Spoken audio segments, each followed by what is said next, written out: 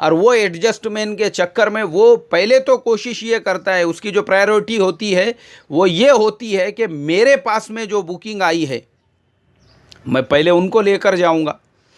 اور امام صاحب یہ خوش فہمی میں مبتلا ہوتے ہیں کہ بھئی اب میرے بھی 25 لوگ جن کو میں نے بک کیا ہوں الحمدللہ روانہ ہونے والے ہیں، لیکن پھر ہوتا یہ ہے وہ اپنے لوگوں کو بھیج دیتا ہے اور ان کے لیے جگاڑ لگانے کے چکر میں یہ ٹورس والے کو فون، وہ ٹورس والے کو فون، ادھر ادھر، اور جب کچھ نہیں ہوتا ہے تو پھر حاجی 4-5 دن ایئرپورٹ پہ رہ کر واپس اپنے گھروں کو آ جاتے ہیں، اور وہ پورا کیا پورا بل جو پھٹتا ہے وہ ان امام صاحب کے نام پر اور مولوی صاحب کے نام پر کہ بھائی ہم نے جو بھرے تھے آپ کے بھروسے پر بھرے تھے، اس کو تو ہم جانتے بھی نہیں.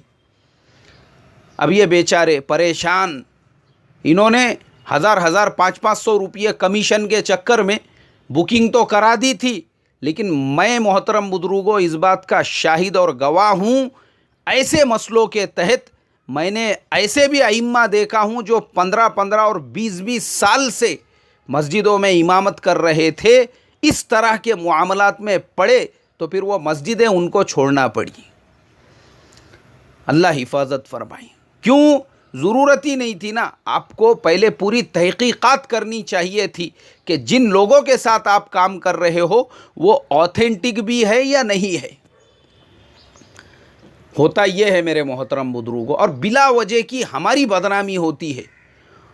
ہمارے جیسا کوئی آدمی اگر اس طریقے سے بغیر کسی کمیشن کے خدمت کے لیے بھی کرے، اور خدمت کے عوض میں کہ بھائی اللہ مجھے اپنے یہاں سے اجر و ثواب عطا فرمائیں گے، اس طریقے سے بھی اگر کوئی کرے، اور وہ کرنے کے بعد میں بھی اگر ان کے حاجی یا معتمرین کو واپس آنا پڑے، تب بھی بدنامی تو بہرحال آپ کا انتظار کر رہی ہے. اس لیے میرے محترم بزرگوں، میں خاص طور پر ہمارے علماء سے، ائمہ سے، دینداروں سے اور ان تمام لوگوں سے جو ہمدردی میں یہ سارے کام کرتے ہیں یہی عرض کرنا چاہوں گا، یہ چودھری پنے کا کچھ فائدہ ہی نہیں ہے، کچھ نہیں ہے. ہم جاتے ہیں لوگوں کی ہمدردی کرنے میں، لیکن اگر ایسا کچھ ہو جاوے تو بلا وجہ کی ہم نے 1 روپیہ بھی لیے نہیں تھے، ہم نے ان کے لیے جد و جہد اور محنتیں کی، لیکن اس کا حاصل یہی ملتا ہے دیکھو ان کی وجہ سے ہوا، بولے یہ ان کی وجہ سے، انہوں نے بولے تھے، ان کے بھروسے پہ، ان کے کہنے پر، ان کو دیکھ کر، اور پھر آپ خاموش ہے. کیوں؟ اس لیے کہ سامنے والے نے جو کیا آپ کے پاس میں اس کا کوئی جواب ہی نہیں ہے. تو عموماً میرے محترم بزرگوں، اس طرح کے جو کانڈ اور اس طرح کے جو معاملات ہوتے ہیں، ایک تو اس وجہ سے، اور دوسری وجہ جن لوگوں کے پاس میں لائسنس بھی ہے، ساری چیزیں ہیں، پرمیشن ہے، سب کچھ ہے، پھر ایسے لوگوں کے ساتھ میں بھی بعض اوقات اس طرح کے معاملات ہو جاتے ہیں. وہ کیوں ہوتے ہیں وہ بھی میں آپ کو بتاتا ہوں. میں نے دیکھا ہوں جو لوگ 1 سال پہلے کی بکنگ کرتے ہیں، آپ 30,000 روپیے ہمارے پاس میں جمع کیجئے، ہم آپ کو جون 2019 میں عمرے کے لیے لے کر جائیں گے، مطلب آنے والے 1 سال کے بعد میں. اب وہ صرف 30,000 جمع کرا رہے ہیں. ایک غریب آدمی وہ سوچتا ہے چلو 30,000 میں عمرہ ہو رہا ہے، 25,000 میں عمرہ ہو رہا ہے. اب یہ لوگ کیا کرتے ہیں، آپ سے 30 جمع کر کے، مثال کے طور پہ اگر ایسے ہی 100-200 لوگ ہو گئے تو کم سے کم ان کے ہاتھ میں ایک 30 یا 60 لاکھ روپئے کی مڑی آ جاتی ہے. وہ یہ سوچتے ہیں کہ 60 لاکھ تک میں ان کے جو پیسے ایڈوانس میں جمع ہوئے ہیں اس کے اندر کچھ نہ کچھ ٹرن اوور کرتا رہوں گا، کاروبار کرتا رہوں گا، بزنس کرتا رہوں گا، اور وہ 60 کو 120 کروں گا یا پھر اور کچھ کروں گا. یہ چکر میں وہ لوگ ہوتے ہیں. اور وہی چکروں کے اندر اکثر ایسا ہوتا ہے. ایک جگہ پر مجھے جانے کا موقع ملا، پتہ چلا کہ وہاں پر ایسے ہی ایک صاحب 1 سال پہلے کی بکنگ کیا کرتے تھے، اور انہوں نے پلاٹنگ کا کاروبار شروع کیے. وہی پیسوں میں جو 60 لاکھ ان کے پاس آئے 200 لوگوں کی بکنگ کے، اس کے اندر انہوں نے پلاٹنگ کی زمین خرید لی ہے، پلاٹنگ کرنے لگے. لیکن اچانک میں گورنمنٹ کی طرف سے یہ نوٹ بندی آ گئی. نوٹ بندی آنے کی وجہ سے مارکیٹ میں مارا ماری، لوگوں کے پاس میں پیسہ نہیں، خرید و فروخت بالکل بند ہو گیا، وہ زمین ویسی پڑی کیا پڑی رہ گئی. اور پھر اس کے بعد حال یہ ہوا، عمرے کا وقت آیا، ان کے پاس میں پیسے نہیں، ان بیچاروں کو اپنا رہتا گھر، رہتی دکان، رہتی چیزیں، یہاں تک کہ گھر کے مستورات کے زیورات تک بیچ کر وہ 200 لوگوں کے پیسے ادا کرنا پڑے. اللہ تبارک و تعالی اس طرح کے غلط معاملات سے میری آپ کی حفاظت فرمائے، امت کو صحیح سمجھ عطا فرمائے، اور مجھے اور آپ کو بھلے 10,000 زیادہ لگے لیکن اسٹینڈرڈ اور صحیح طریقے سے کام کرنے والے ٹورس اینڈ ٹراویلز کے ساتھ میں ہی عمرے کو جانے کی توفیق عطا فرمائیں. السلام علیکم ورحمۃ اللہ وبرکاتہ. السلام علیکم ورحمۃ اللہ وبرکاتہ.